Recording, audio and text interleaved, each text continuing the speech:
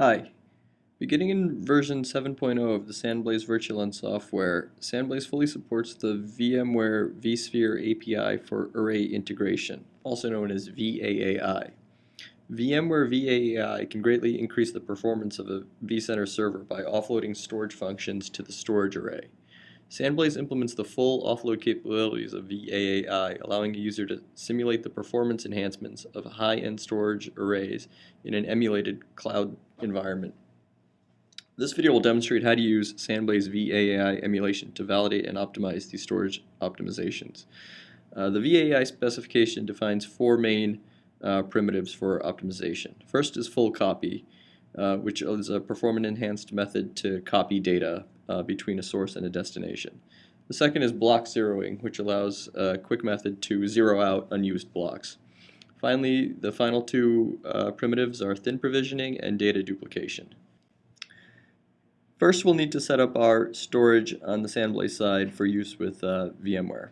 When you first browse to the SANBlaze VirtuaLUN, we'll use the target quick setup page here to quickly configure a storage LUN on the port that's connected to the VMware server. Currently that's port 1 in my case here. So I'll go ahead and say create one LUN on that port and click apply. This will go ahead and build storage LUN under here in target 0 LUN 0. If I click on the LUN, now you'll see the size information of the drive. Currently it's a small 16 meg drive. We're going to change that and make it bigger. So the first step you need to do is unlock the read size from the write size. So you click unlock and hit apply. Now you can specify a virtual size of the device as well as a allocatable write size.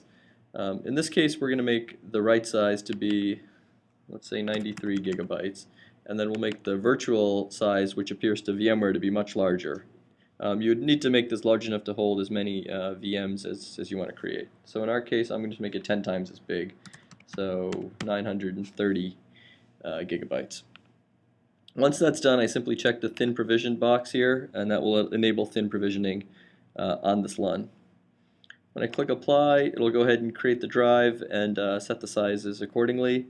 You'll notice in the left-hand menu here now, the LUN is marked yellow, which indicates it's currently thin provisioned.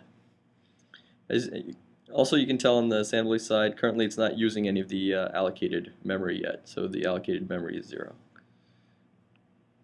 I can now go back to my VMware ESXi machine here, and we'll have to attach our storage that we've just created to make it usable under VMware. So the first step is you'd click on your machine you're currently using, and then go to storage adapters.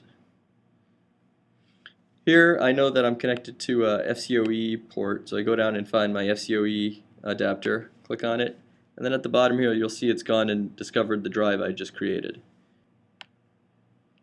So I go ahead and rescanned, and as you can see now it has the modified size, the 900 and 8 gig or so usable. Hardware acceleration is turned on, and now the drive is ready to be used as a data store.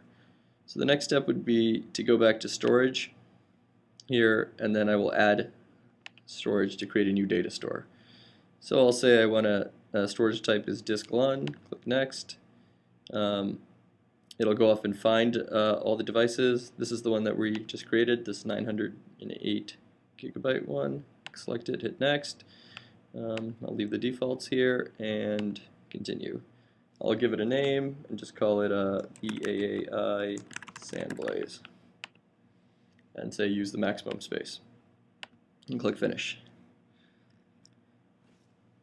This will now go ahead and create the data store. As you'll see, it's showing up here and it's marked normal.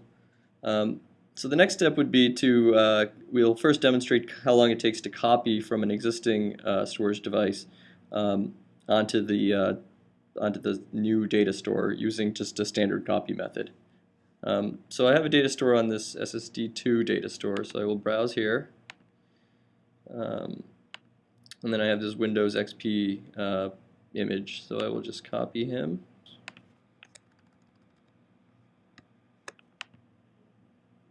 So copy all the files. And then I can go browse the new data store, and basically paste them into here.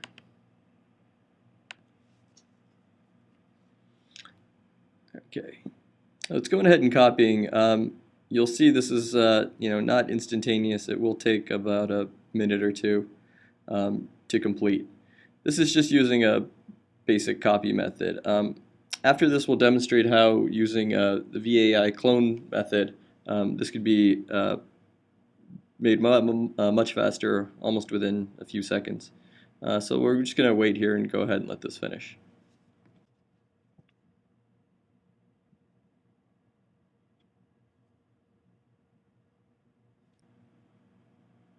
Okay, so it looks like it's gone ahead and finished. I have my data store copied over here, and now I can import it, my machine, into this into vCenter. So I'll just click on the machine and say Add to Inventory. I'll give it the default name, WinXP. Click my host, and finish. So now I've just copied from one data store to another this machine. You can see it shows up in the menu here.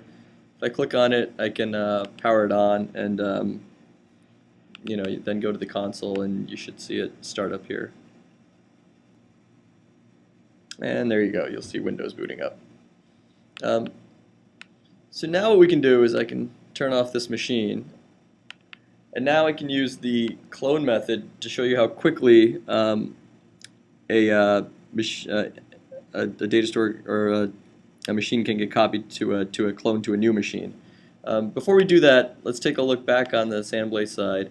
We'll refresh this page, and we'll see how much data was actually written for that one machine. As you can see here, it's a little over 8 gig, 8,223 megabytes, to store one copy of a machine running Windows XP. Now I'm going to clone that, and you'll see the benefit on the SANBlaze side where with speed and compression to let you allocate a large number of machines in a small amount of memory. So I will right click on this machine and go to clone. So I'll give it a new name and just call it clone 0 and say next. I'll pick my host again. And now we'll say, clone it back to on the same data store, the SANBlaze one.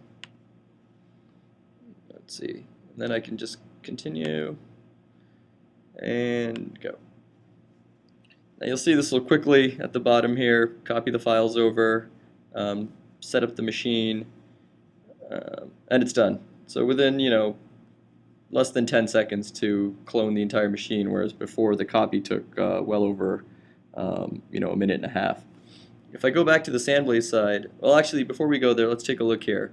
VMware thinks we still have this large data store, 908 gigabytes, and we're using 17 gigabytes, let's say, of that. In actuality, if we go to the SANBlaze side and refresh here, you'll see that the amount of LUN memory is still in that 8 gig range, so it really didn't cost you any memory to clone a whole other machine here. But VMware thinks that it is actually using double that.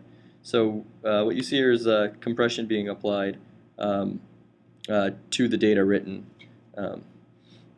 Using this method, you can go ahead and create hundreds of machines, all sharing this fast storage as well. So let's just boot this clone 0 here to make sure that it works. And go to the console, and it should boot up right here.